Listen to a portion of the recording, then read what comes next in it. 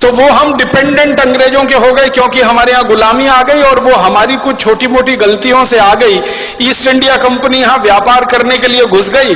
एक राजा था जहांगीर, उसने आगा न देखा न पीछा, लाइसेंस दे दिया व्यापार करने का। जैसे आजकल हमारे नेता विदेशी कंपनियों को व्यापार करने के लाइसेंस दे देते हैं थोड़े से पूंजी के लालच में कि विदेशी पूंजी आएगी, थोड़ी विदेशी पूंजी आएगी।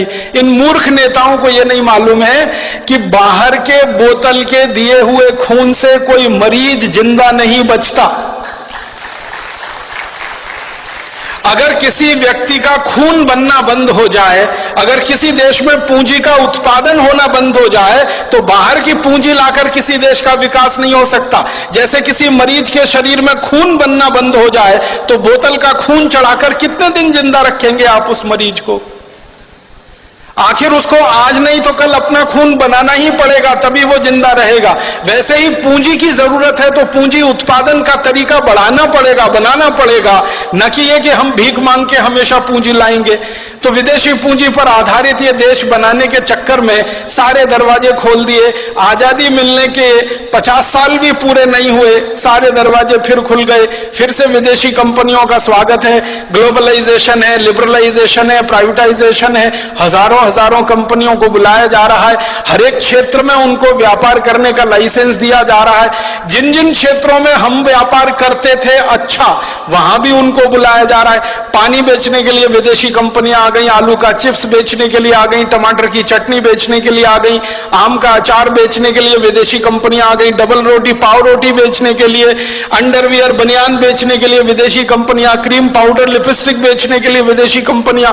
साधारण सी छोटी छोटी चीजों से लेकर हर बड़ी चीज तक सब कुछ विदेशी बेचेंगे इस देश में, ऐसा माहौल बनाया जा रहा है। और उसी में जीएम फूड वाली विदेशी कंपनियों के लिए भी लाइसेंस दिए जा रहे हैं और उनको भी यहां बुलाया जा रहा है। जिनको बुलाने को दुनिया का कोई देश तैयार नहीं है, उनको भारत सरकारें दरवाजा खोल के बुला रही हैं। आइए हमारे यहां, जो करना है करिए, बस थोड़ा सा हमको पूंजी निवेश की जो जरूरत है उसमें पूर्ति होती रहे, थोड़ा टैक्स मिलता रहे और नेताओं को वाइंडिंग अप चार्जेस मिलते रहे, रिश्वत मिलती रहे, घूस मिलती रहे। हर विदेशी कंपनी के लिए दरवाजा खुला है। ऐसा लगता है कि भारत कोई खैराती धर्मशाला हो गया है जिसमें हर एक के लिए दरवाजा खुला है, सबको बुलने आने की खुली छूट है।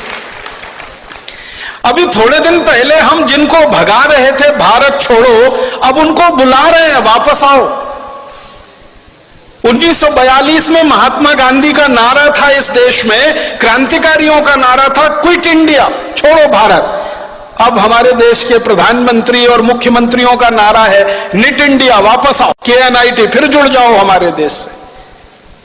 तो इतनी बेशर्म हमारे देश में नेतागिरी आई है, क्योंकि मैंने पहले ही कहा कि ये गोरे अंग्रेजों की जगह काले अंग्रेजों ने ले ली है। दिल दिमाग उनका वैसे ही चलता है जैसे अंग्रेजों का चलता था। आज हमारा देश दुर्भाग्य से पूरा का पूरा खतरे में है, क्योंकि ऐसे नेता देश में कुर्सी पर काबिज हैं जो हर क्षेत्र में विदेशी कंपनियों को बुला रहे हैं। उन्होंने इतिहास से सबक नहीं सीखा है कि एक गलती जहांगीर ने की थी जिसकी सजा पूरे देश ने 200 साल भुगती थी। अब लग रहा है कि जहांगीर ही जहांगीर पैदा हो गए हैं। मुझे तो कई बार ये व्यंग में कहने को मन करता है, जहांगीर मरा नहीं है, उसी की आत्मा हमारे देश के नेताओं में प्रवेश कर गई है। जो देखो विदेशी कंपनी को लाने के लिए विदेश जा रहा है, लाल कालीन बिछाकर उनका स्वागत कर रहा है।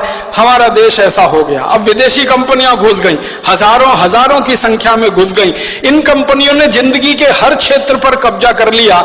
सवेरे आप सोकर उठें तो आपका टूथपेस्ट, बाथरूम में जाएं तो शेविंग किट्स, फिर नहाएं तो उसके बाद साबुन, फिर कपड़ा धोएं तो उसके साबुन, फिर बाहर निकलें तो कपड़े पहने, जूते पहने, चप्पल पहने, क्रीम पाउडर लिपस्टिक इस्तेमाल करें, सब कुछ विदेशी। सवेरे से शाम तक, रात को सोने जाए तो मच्छर भगाने वाली अगरबत्ती भी विदेशी, और जिस मच्छरदानी में सोए वो मच्छरदानी विदेशी, जिस बिस्तर पे सोए उसका गद्दा विदेशी, गद्दे के ऊपर चादर विदेशी, सब कुछ विदेशी हो गया। 50 साल पहले तक इस देश में स्वदेशी स्वदेशी स्वदेशी स्वदेशी मंत्र हुआ करता था, आज इस देश के नेताओं ने विदेशी विदेशी विदेशी सब बना दिया। तो आजादी के 60-62 साल में हर क्षेत्र में विदेशीकरण जब हो रहा हो तब स्वदेशी की बात करनी ही पड़ेगी। और आजादी के 60-62 सालों में जब हर क्षेत्र में परावलंबन बढ़ रहा हो तो हमें फिर स्वावलंबन की बात करनी ही पड़ेगी। इसलिए स्वदेशी से स्वावलंबन की बात आज हमें करनी पड़ रही है।